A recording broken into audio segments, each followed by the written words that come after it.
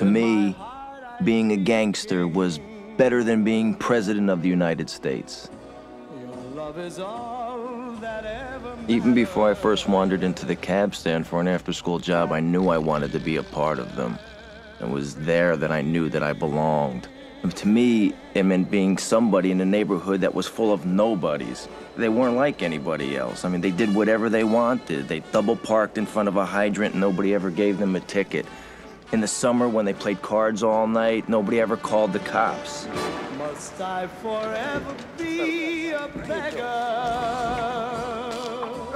Good. Nice to see you. Golden dreams will not come true. Hey, only stacks. How are you? Will I go from rags to Tootie Cicero. This Peter Canasi kid. My fate is up to you. Tootie. Make it, Tootie. Tootie ran the cab stand and La Bella Vista Pizzeria and a few other places for his brother Paul, who was the boss over everybody in the neighborhood. Hello, Paulie. Hey, Paulie. Paulie might have moved slow,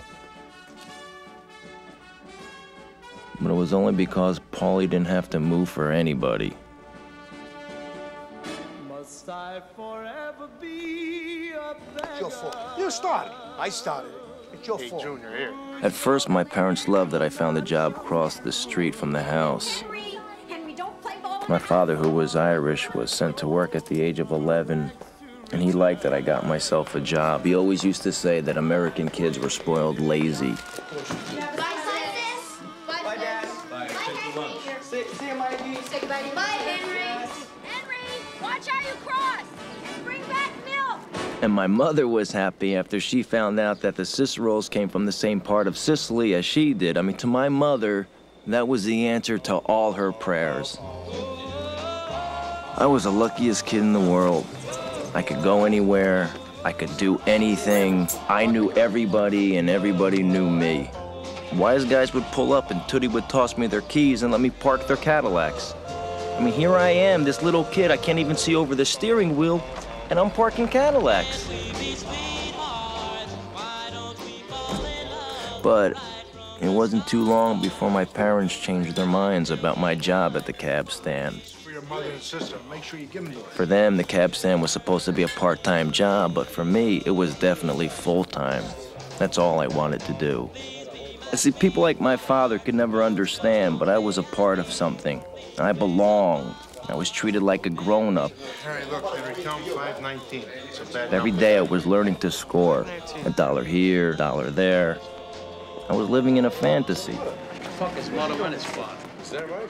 Did you have a good day at school today? My father was always pissed off. Learned a lot. He was pissed that he made such lousy money. He was pissed that my kid brother Michael was in a wheelchair. He was pissed that there were 7 of us living in such a tiny house. Why don't you tell me about this? It's a letter from school. It says you haven't been there in months. In months? You think you're so smart? A bum! You want to grow up to be a bum?